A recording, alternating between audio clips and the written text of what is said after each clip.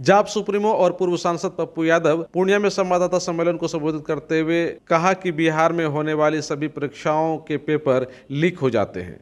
मुख्यमंत्री जी ने सदन में कहा कि इसकी जांच होगी, लेकिन क्या कार्रवाई होगी इसके बारे में कुछ भी नहीं कहा गया। क्या मुख्यमंत्री को पता नहीं है कि बिहार में होने वाली सभी परीक्षाओं के पेपर लीक कैसे हो जाते हैं? पप्पू यादव ने इसकी जांच सीबीआई से कराने की मांग की। वहीं पप्पू यादव ने लालू प्रसाद यादव को बेल नहीं मिलने पर कहा कि उम्र के अंतिम पड़ाव पर खड़े लालू यादव के अपराध इतने बड़े नहीं हैं कि उन्हें बेल न मिले। मैं न्यायालय के कार्यों में हस्तक्षेप नहीं करता हूं, लेकिन एक अस्वस्थ व्यक्ति जो लाचार और बीमार हैं उन्हें बेल मिलना चाहिए था।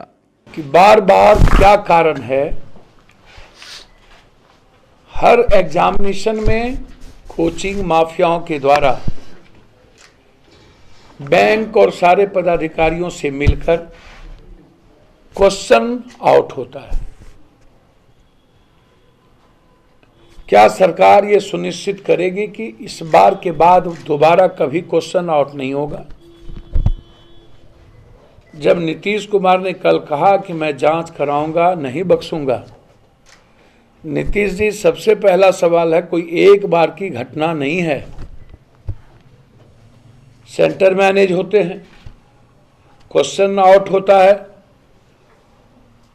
पहले ही तय हो जाता है किस सेंटर के विद्यार्थी को हमें कितने मार्क्स देने हैं और वहां पर किस तरह की फैसिलिटीज के साथ हमें निकालने हैं। और उसमें देखा गया कि जब कोई भी प्रतियोगिता परीक्षा के बाद रिजल्ट आया तो एक दो खास सेंटर पर जिसकी भूमिका सबसे ज्यादा रही, वहां के बच्चों का नाम एग्जाम प्रतियोगिता परीक्षा में सबसे ज्यादा है।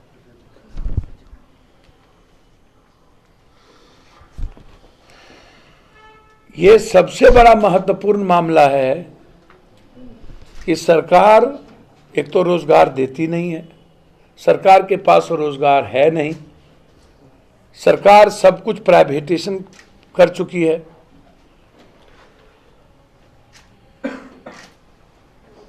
नीतीश कुमार कहते हैं बिहार के आरक्षण मॉडल पर भारत को, तो नीतीश जी जब इंटायर संस्थाएं निजीकरण हो गई और हो जाएगा तो आप आरक्षण का क्या प्रावधान करेंगे?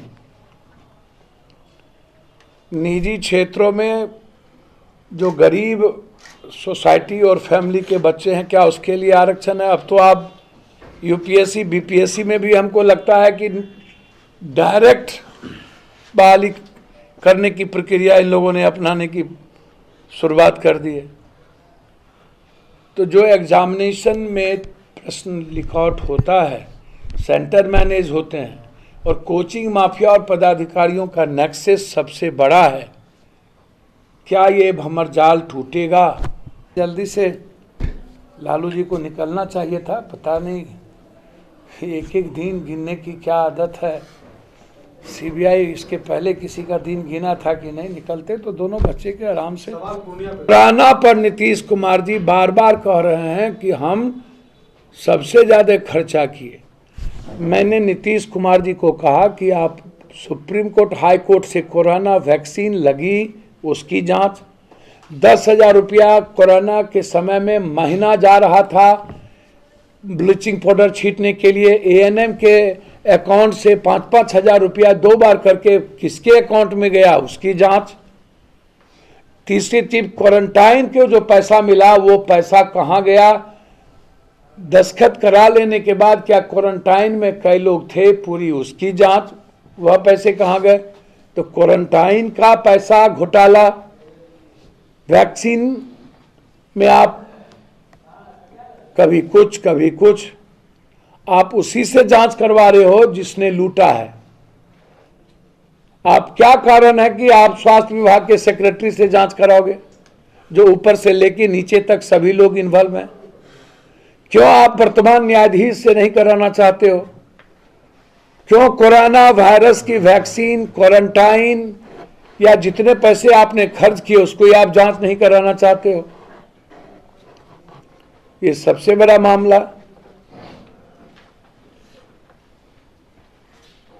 तो बिहार का दुर्भाग्य है कि एक व्यक्ति 31-33 हजार रुपये में साल में अपनी जिंदगी को जिएगा। इससे बड़ा दुर्भाग्य बिहार का क्या हो सकता है।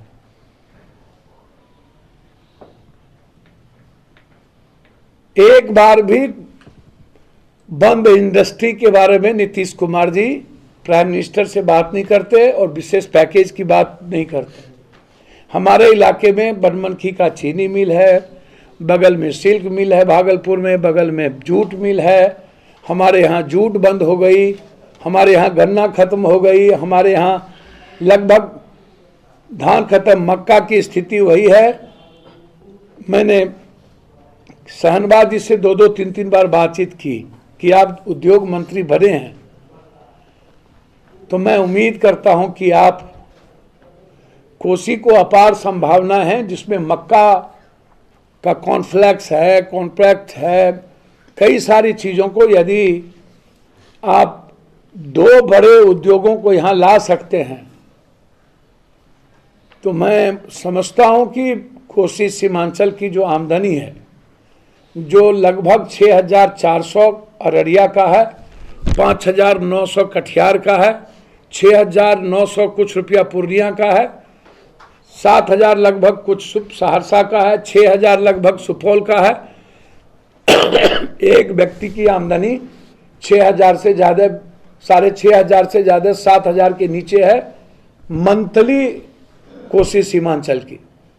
और 33% से ज़्यादा रोजगार अररिया किशनगंज में नहीं है, कटिहार में नहीं है। पूर्णिया में 36% के लगभग रोजगार है, 37% के लगभग। तो साफ है, बहुत क्लियर है। ये 3 मुद्दे थे हमारे। एक था महंगाई कि हर परिस्थितियों में बोझ को कम करनी चाहिए। जो सब्सिडी की कटौती हुई है यूरिया में, उर्वरक में, गैस में, सल्फेट में, जिंक में, पोटास में, डीएपी में, किसानों को उसको चालू करनी चाहिए। तीसरी तरफ आप बिजली और पानी का बोझ लगातार बढ़ा रहे हैं, ये दुर्भाग्य है। सबसे बड़ा